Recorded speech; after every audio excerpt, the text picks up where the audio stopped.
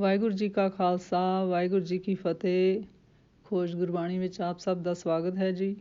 ਸਭ ਨੂੰ ਜੀ ਆਇਆਂ ਜੀ। ਆਓ ਅਸੀਂ ਸਾਰੇ ਮਿਲ ਕੇ ਪਹਿਲਾਂ ਸ਼ਬਦ ਦਾ ਉਚਾਰਨ ਤੇ ਉਸ ਤੋਂ ਉਪਰੰਤ ਸ਼ਬਦ ਦੇ ਅਰਥ ਕਰਾਂਗੇ। ਸਿਰ ਰਾਗ ਮਹੱਲਾ ਪਹਿਲਾ। ਬਿਨ ਪਰ ਧਨ ਸਿਗਾਰੀਏ, ਜੋ ਬਨਬਾਦ ਖੁਆਰ।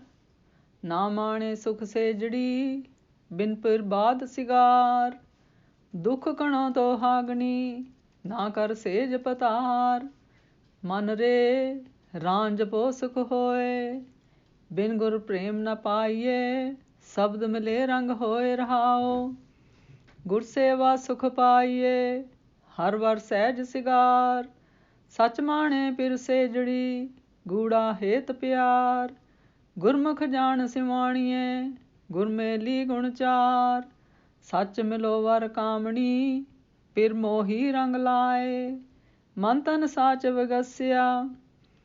ਕੀਮਤ ਕਹਿਣ ਨ ਜਾਏ, ਹਰ ਵਰ ਘਰ ਦੁਹਾਗਣੀ। ਨਿਰਮਲ ਸਾਚੇ ਨਾਏ, ਮਨ ਮੇ ਮਨੁਆ ਜੇ ਮਰੇ। ਤਾਂ ਪਿਰ ਰਾਵੇ ਨਾਰ, ਇਕਤ ਤਾਗੇ ਰਲ ਮਿਲੇ। ਗਲ ਮੋਤੀਅਨ ਕਾ ਹਾਰ, ਸੰਤ ਸਭਾ ਸੁਖ ਉਪਜੇ। ਗੁਰਮੁਖ ਨਾਮ ਆਧਾਰ, ਖਿਨ ਮੇ ਉਪਜੇ ਖਿਨ ਖਪੇ। ਖਿਨ ਆਵੇ ਖਿਨ ਜਾਏ, ਸ਼ਬਦ ਪਛਾਣੇ ਰਵ ਰਹੇ। ਨਾ ਤਿਸ ਕਾਲ ਸੰਤਾਏ, ਸਹਿਬ ਅਤੁਲ ਨ ਤੋਲੀਏ। ਕਥਨ ਨ ਪਾਇਆ ਜਾਏ, ਵਪਾਰੀ ਵਣਜਾਰਿਆ। ਆਏ ਵਜੋਲੇ ਖਾਏ, ਕਾਰ ਕਮਾਵੋ ਸੱਚ ਕੀ। ਲਾਹਾ ਮਿਲੇ ਰਜਾਏ, ਪੂੰਜੀ ਸਾਚੀ ਗੁਰ ਮਿਲੇ। ਨਾ ਤਿਸ ਤਿਲ ਨ ਤਮਾਏ, ਗੁਰਮੁਖ ਤੋਲ ਤੁਲਾਇਸੀ।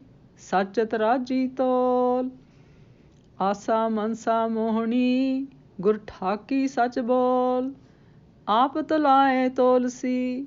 ਪੂਰੇ ਪੂਰਾ ਤੋਲ, ਕਥਨੇ ਕਹਿਣ ਨ ਛੂਟੀਏ।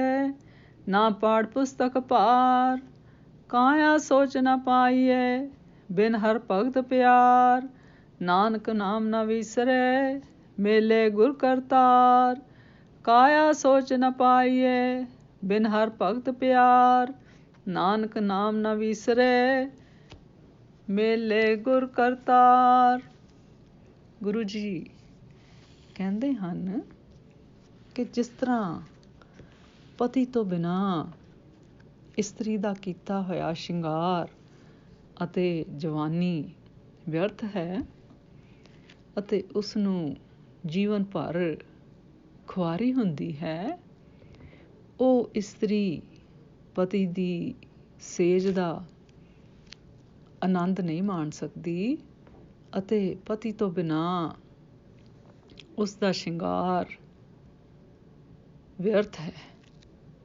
ਉਸ ਦੁਹਾਗਣ ਇਸਤਰੀ ਨੂੰ ਬਹੁਤ ਦੁੱਖ ਵਿਆਪਦਾ ਹੈ, ਕਿਉਂਕਿ ਉਸਦੇ ਹਿਰਦੇ ਰੂਪ ਘਰ ਦੀ ਸੇਜ ਉੱਤੇ ਉਸਦਾ ਪਤੀ ਨਹੀਂ ਆਉਂਦਾ।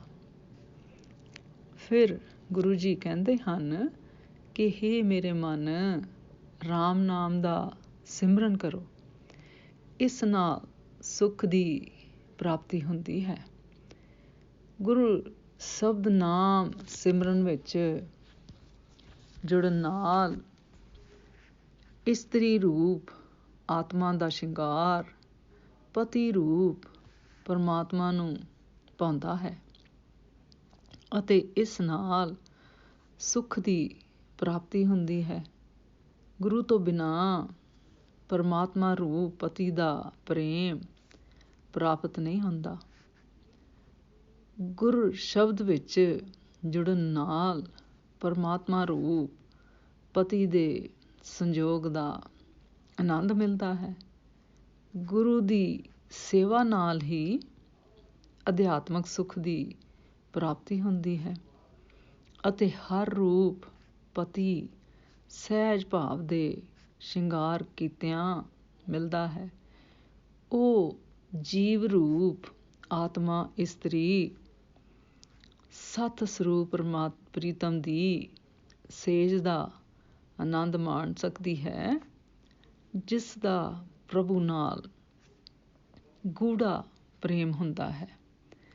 ਗੁਰੂ ਦੀ ਸਿੱਖਿਆ ਅਨੁਸਾਰ ਚੱਲ ਕੇ ਪਰਮਾਤਮਾ ਦੀ ਸੇਵਾਵਣ ਹੋ ਸਕਦੀ ਹੈ, ਕਿਉਂਕਿ ਗੁਰੂ ਨੇ ਹੀ ਭਾਵ ਗੁਰੂ ਸ਼ਬਦ ਧਾਰਨ ਕਰਨ ਅਤੇ ਗੁਣਾਂ ਵਾਲੇ ਆਚਾਰ ਸਿੱਖ ਕੇ ਪ੍ਰਭੂ ਨਾਲ ਮੇਲ ਹੋ ਸਕਦਾ ਹੈ। ਫਿਰ ਗੁਰੂ ਜੀ ਕਹਿੰਦੇ ਹਨ ਕਿ ਹੇ ਜੀਵ ਰੂਪ ਆਤਮਾ ਇਸਤਰੀਏ, ਤੂੰ ਸਤ ਸਰੂਪ ਪਰਮਾਤਮਾ ਨਾਲ ਮਿਲੀ ਰਹੋ, ਕਿਉਂਕਿ ਫਿਰ ਪਰਮਾਤਮਾ ਰੂਪ ਪ੍ਰੀਤਮ ਰੂਪ ਪਰਮਾਤਮਾ ਆਪਣੇ ਪ੍ਰੇਮ ਵਿੱਚ ਰੰਗ ਕੇ ਮੋਹਿਤ ਕਰ ਲੈਂਦਾ ਹੈ। ਫਿਰ ਉਸ ਜੀਵ ਰੂਪ ਆਤਮਾ ਇਸਤਰੀ ਦਾ ਮਨ ਅਤੇ ਤਨ ਸੱਚੇ ਪਰਮਾਤਮਾ ਨਾਲ ਜੁੜ ਕੇ ਖਿੜ ਜਾਂਦੇ ਹਨ। ਉਸ ਦੇ ਮਿਲਾਪ ਮਹੱਤਵ ਦਾ ਮੁੱਲ ਨਹੀਂ ਪਾਇਆ ਜਾ ਸਕਦਾ।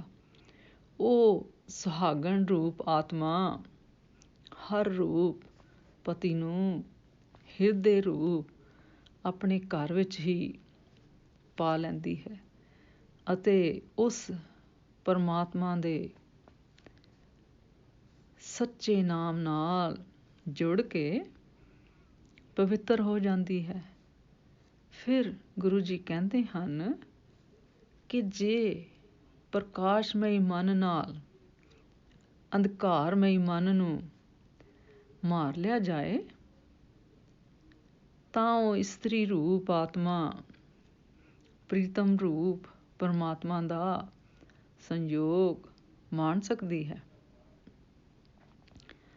ਫਿਰ ਉਹ ਪ੍ਰਭੂ ਪਰਮਾਤਮਾ ਨਾਲ ਇਸ ਤਰ੍ਹਾਂ ਇੱਕਮਿਕ ਹੋ ਜਾਂਦੀ ਹੈ ਜਿਵੇਂ ਇੱਕੋ ਧਾਗੇ ਵਿੱਚ ਪਰੁੱਚ ਕੇ ਭਾਵ ਪਰੋ ਕੇ ਮੋਤੀਆਂ ਦਾ ਹਾਰ ਗਲ ਵਿੱਚ ਪਾਈਦਾ ਹੈ।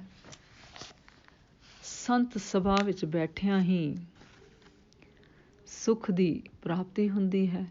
ਇਹ ਸੁੱਖ ਉਹੀ ਜੀਵ ਰੂਪ ਇਸਤਰੀਆਂ ਮਾਣਦੀਆਂ ਹਨ ਜਿਨ੍ਹਾਂ ਨੂੰ ਗੁਰੂ ਦੀ ਸਿੱਖਿਆ ਦੁਆਰਾ ਸ਼ਬਦ ਨਾਮ ਦਾ ਆਸਰਾ ਮਿਲਦਾ ਹੈ। ਨਾਮ ਤੋਂ ਬਿਨਾਂ ਮਨ ਮਾਇਆ ਦੇ ਪ੍ਰਭਾਵ ਕਾਰਨ ਛਿਣ ਵਿੱਚ ਉਪਜ ਪੈਂਦਾ ਹੈ ਅਤੇ ਛਿਣ ਵਿੱਚ ਹੀ ਨਸ਼ਟ ਹੋ ਜਾਂਦਾ ਹੈ। ਛਿਣ ਵਿੱਚ ਆਉਂਦਾ ਅਤੇ ਛਿਣ ਵਿੱਚ ਹੀ ਚਲਾ ਜਾਂਦਾ ਹੈ, ਭਾਵ ਚੰਚਲ ਬਣਿਆ ਰਹਿੰਦਾ ਹੈ। ਜੋ ਜੀਵ ਰੂਪ ਇਸਤਰੀਆਂ ਗੁਰਸ਼ਬਦ ਨਾਮ ਨੂੰ ਪਛਾਣ ਲੈਂਦੀਆਂ ਹਨ, ਉਹ ਪਰਮਾਤਮਾ ਨਾਲ ਜੁੜੀਆਂ ਰਹਿੰਦੀਆਂ ਹਨ ਅਤੇ ਉਹਨਾਂ ਨੂੰ ਮੌਤ ਦਾ ਡਰ ਦੁਖੀ ਨਹੀਂ ਕਰ ਸਕਦਾ। ਗੁਰੂ ਜੀ ਕਹਿੰਦੇ ਹਨ ਕਿ ਪਰਮਾਤਮਾ ਅਤੁੱਲ ਹੈ, ਉਸ ਨੂੰ ਤੋਲਿਆ ਨਹੀਂ ਜਾ ਸਕਦਾ ਕਿ ਅਸੀਂ ਤੋਲ ਕੇ ਜਾਣ ਲਈਏ ਕਿ ਉਹ ਕਿੰਨਾ ਕੁ ਵੱਡਾ ਹੈ। ਉਸ ਦੀ ਪ੍ਰਾਪਤੀ ਸਿਮਰਨ ਰਾਹੀਂ ਹੀ ਹੁੰਦੀ ਹੈ। ਸਿਰਫ ਕਹਿਣਾ ਕਥਨਾਂ ਨਾਲ ਉਸ ਦੀ ਪ੍ਰਾਪਤੀ ਨਹੀਂ ਹੋ ਸਕਦੀ। ਸਾਰੇ ਜੀਵ ਰੂਪ ਵਪਾਰੀ ਅਤੇ ਵਣਜਾਰੇ ਆਪਣੀ ਉਜਰਤ ਧੁਰੋਂ ਹੀ ਲਿਖਾ ਕੇ ਆਉਂਦੇ ਹਨ। ਜੋ ਜੀਵ ਸੱਚ ਦੀ ਕਮਾਈ ਕਰਦੇ ਹਨ, ਉਹਨਾਂ ਨੂੰ ਈਸ਼ਵਰੀ ਇੱਛਾ ਅਨੁਸਾਰ ਲਾਭ ਪ੍ਰਾਪਤ ਹੁੰਦਾ ਹੈ। ਜਿਸ ਜੀਵ ਨੂੰ ਗੁਰੂ ਰੂਪ ਸ਼ਬਦ ਨਾਮ ਦੀ ਪੂੰਜੀ ਮਿਲ ਜਾਂਦੀ ਹੈ, ਉਸ ਦੇ ਅੰਦਰ ਛਲ ਅਤੇ ਲਾਲਚ ਨਹੀਂ ਰਹਿੰਦੇ। ਗੁਰੂ ਦੀ ਸਿੱਖਿਆ ਅਨੁਸਾਰ ਚੱਲਣ ਵਾਲਾ ਵਿਅਕਤੀ ਹੀ ਸੱਚ ਦੀ ਤੱਕੜੀ ਉੱਤੇ ਸੱਚ ਦੇ ਤੋਲਾਂ ਨਾਲ ਤੋਲੇ ਜਾਣ 'ਤੇ ਪੂਰਾ ਉਤਰਦਾ ਹੈ। ਗੁਰੂ ਨੇ ਆਪਣੇ ਸੱਚੇ ਬੋਲਾਂ ਰਾਹੀਂ ਉਸ ਗੁਰਮੁਖ ਨੂੰ ਮੋਹ ਲੈਣ ਵਾਲੀ ਆਸਾ ਮਨਸਾ ਦੇ ਪ੍ਰਭਾਵ ਨੂੰ ਠੱਲ ਪਾ ਦਿੱਤੀ ਹੈ। ਉਹ ਪਰਮਾਤਮਾ ਆਪ ਹੀ ਗੁਰਮੁਖ ਵਿਅਕਤੀ ਨੂੰ ਤੁਲਵਾਉਂਦਾ ਹੈ ਅਤੇ ਆਪ ਹੀ ਤੋਲਦਾ ਹੈ। ਉਸ ਪੂਰੇ ਤੋਲ ਦਾ ਤੋਲ ਸਦਾ ਪੂਰਾ ਹੀ ਰਹਿੰਦਾ ਹੈ। ਕਥਨ ਕਰਨ ਨਾਲ ਜਾਂ ਢੇਰ ਸਾਰੀਆਂ ਪੁਸਤਕਾਂ ਪੜ੍ਹਨ ਨਾਲ ਮਾਇਆਵੀ ਪ੍ਰਭਾਵ ਤੋਂ ਖਲਾਸੀ ਨਹੀਂ ਹੁੰਦੀ। ਬਿਨਾਂ ਹਰ ਦੀ ਭਗਤੀ ਅਤੇ ਪ੍ਰੇਮ ਦੇ ਸਰੀਰ ਦੀ ਕੇਵਲ ਸੁਚਮਤਾ ਨਾਲ ਪ੍ਰਭੂ ਪਰਮਾਤਮਾ ਦੇ ਸੰਜੋਗ ਸੁੱਖ ਦੀ ਪ੍ਰਾਪਤੀ ਹੁੰਦੀ ਹੈ। ਗੁਰੂ ਜੀ ਕਹਿੰਦੇ ਹਨ ਕਿ ਜੀਵ ਰੂਪ ਗੁਰਮੁਖ ਨੂੰ ਪਰਮਾਤਮਾ ਗੁਰੂ ਸ਼ਬਦ ਨਾਲ ਨਾਮ ਨਾਲ ਮਿਲਾ ਦਿੰਦਾ ਹੈ, ਫਿਰ ਉਸ ਨੂੰ ਨਹੀਂ ਭੁੱਲਦਾ। ਰਾਮ ਨਾਮ ਦੇ ਸਿਮਰਨ ਨਾਲ ਆਤਮਿਕ ਸੁੱਖ ਮਿਲਦਾ ਹੈ ਅਤੇ ਗੁਰ ਸ਼ਬਦ ਨਾਮ ਦੁਆਰਾ ਪ੍ਰੇਮ ਮਾਣਿਆ ਜਾ ਸਕਦਾ ਹੈ। ਸਾਧ ਸੰਗਤ ਵਿੱਚ ਸਦੀਵੀ ਸੁੱਖ ਦਾ ਮਾਹੌਲ ਬਣਦਾ ਹੈ। ਪ੍ਰਕਾਸ਼ਮਈ ਮਨ ਦੁਆਰਾ ਅੰਧਕਾਰਮਈ ਮਨ ਮਾਰਨ ਨਾਲ ਈਸ਼ਵਰੀ ਸੰਜੋਗ ਮਾਨਣ ਦਾ ਅਵਸਰ ਮਿਲਦਾ ਹੈ। ਹਰ ਭਗਤੀ ਅਤੇ ਪ੍ਰੇਮ ਤੋਂ ਬਿਨਾਂ ਕਹਿਣਾ ਕਹਾਣ ਨਾਲ ਕੁਝ ਵੀ ਪ੍ਰਾਪਤ ਨਹੀਂ ਹੁੰਦਾ। ਅੱਜ ਦਾ ਵਿਚਾਰ ਕਰਦਿਆਂ ਮੇਰੇ ਕੋਲੋਂ ਅਨੇਕਾਂ ਭੁੱਲਾਂ ਹੋਈਆਂ ਹੋਣਗੀਆਂ, ਉਸ ਵਾਸਤੇ ਮੈਂ ਖਿਮਾ ਦੀ ਜਾਚਕ ਹਾਂ ਜੀ। ਵਾਹਿਗੁਰੂ ਜੀ ਕਾ ਖਾਲਸਾ, ਵਾਹਿਗੁਰੂ ਜੀ ਕੀ ਫਤਿਹ।